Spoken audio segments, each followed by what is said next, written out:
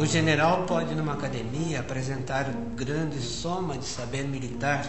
Pode mesmo formar grandes planos de campanha. Mas poderá perder todas as ações e será, sem dúvida, mau general. Bom nas letras, ruim na oratória. Direto nas conclusões. Bom general é o que sabe vencer. É aqui que tem lugar o dito vulgar. Contra a experiência não há argumento. Este é o padre Diogo Antônio Feijó, um dos homens mais fortes do Império no período da regência. Certamente o Feijó era o liberal de maior prestígio em São Paulo, o liberal de maior convicção, talvez, no sentido de quem exerceu o poder, uma figura de um respeito imenso. E foi com este prestígio que chegou a defender o direito de os padres casarem. O seu discurso virou livro na época. A edição de 1828, original, está no arquivo da Cúria Metropolitana de São Paulo.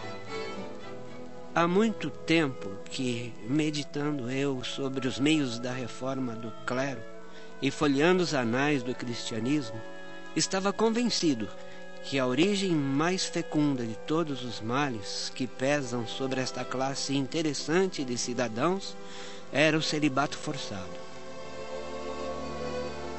O Feijó, quando defendeu essa ideia no parlamento, foi muito atacado, mas não foi atacado a ponto de que a carreira dele acabou ou qualquer coisa do gênero. Uma carreira que já começou também fora dos padrões da época. Feijó não era de uma família ilustre. Aliás, não era de família alguma. A certidão de nascimento dele, de 1784, que ainda existe na Cúria Metropolitana de São Paulo, confirma. Batizei e pus os santos olhos a Diogo, filho de pais incógnitos, exposto em casa do reverendíssimo Fernando Lopes de Camargo. Os abandonados na roda dos expostos eram órfãos públicos criados em orfanatos ou por quem criasse e desqualificados socialmente. Eles não podiam ser nada porque você não sabia quem eram os pais e vivia-se numa época onde a tradição era o que pesava. Fidalgo, filho de algo. Quem era filho de alguma coisa era alguma coisa. Quem não era fidalgo não era nada, era ralé. Mas Feijó quebrou essa tradição. Foi deputado, senador, ministro da Justiça, regente único do Brasil em 1835. O mais alto cargo da monarquia no período em que o imperador Dom Pedro II não tinha idade para administrar o país. Parte de sua vida se passou em Campinas, nesta casa que hoje só está registrada em fotos. E no período da Revolução Liberal, Feijó também vivia na cidade. Mas que Campinas era esta de Feijó e outros 10 mil habitantes? Imagine que aqui, onde hoje está a prefeitura, bem em frente, era um brejo. O que existia de cidade era só aquela parte de Campinas, onde hoje está o centro.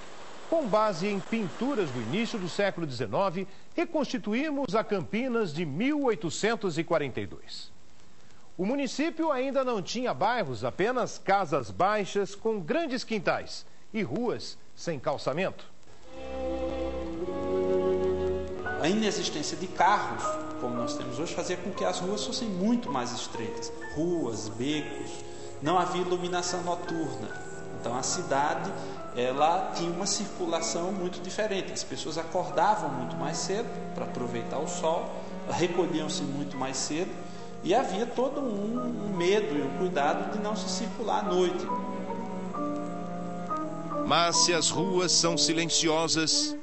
Senhores! No interior das casas à noite e durante o dia, há tempo para negociações políticas. Oh, Reginaldo, você acredita realmente que as nossas representações, cartas e protestos não chegarão até o nosso imperador? O que vocês estão pensando? O governo do estado é formado por conservadores que se negam a abdicar das regalias que o novo poder os oferece. Concordo. Sim, mas o que fazer? Vamos aderir ao brado que ecoa pela capital paulista: Constituição ou morte! O lema estava estampado nos jornais da época. Encontramos no gabinete de leitura de Sorocaba uma edição do Tibiriçá de fevereiro de 1842.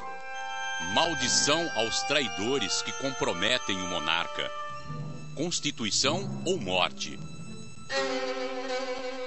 Nos bastidores da política, o discurso é o mesmo. O que sugerem vocês dois? A guerra? Um levante armado contra o legítimo imperador? Estamos hoje encurralados, senhores. E numa situação desagradável como essa, talvez a guerra seja a nossa única opção. Esta e outras articulações políticas que levaram à Revolução Liberal ocorreram na casa do Major Luciano Teixeira Nogueira, na época um dos maiores fazendeiros de Campinas. Primeiro com açúcar, depois com plantações de café.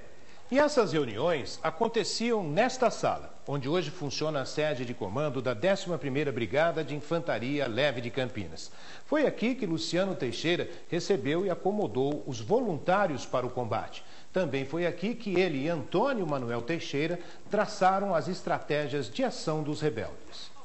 Hoje, a Fazenda Chapadão abriga quase 2.000 soldados em 5 unidades diferentes.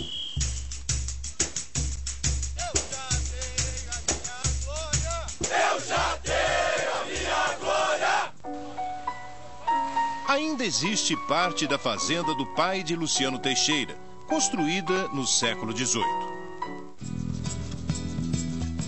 Para nós é motivo de estímulo por saber que tantas pessoas importantes passaram por aqui, tantos fatos históricos importantes de nosso país ocorreram em nossa fazenda. A nosso pedido, a historiadora Mirza Peliciota fez um levantamento das fazendas da época. Hoje, não há nenhum trabalho semelhante em Campinas. A dificuldade do pesquisador de trabalhar com a questão rural, no caso aqui de Campinas, está na gente entender os casamentos, os parcelamentos. Para isso a gente precisa trabalhar com uma documentação primária que mexe com os inventários das famílias e dentro do próprio processo de vida da pessoa que foi inventariada, as mudanças que aconteceram. Neste mapa da cidade dá para perceber qual o poder econômico de Luciano Teixeira e dos outros fazendeiros que participaram da Revolução Liberal. As indicações correspondem às terras dos homens que levaram Campinas ao campo de combate em 1842. Não há dúvida que os combatentes de 1842 faziam parte de uma elite de produção agrícola em Campinas. Pessoas que já se destacam no início da produção de açúcar da região e que vão também ser pioneiros na substituição do açúcar pelo café. E esta elite tem a seu favor o poder político da Assembleia Provincial de São Paulo, dominada pelos liberais. E pede a Vossa Majestade a demissão do Ministério Traidor, cuja continuação põe em risco a paz do Império, a ordem e tranquilidade da província e até a segurança do trono.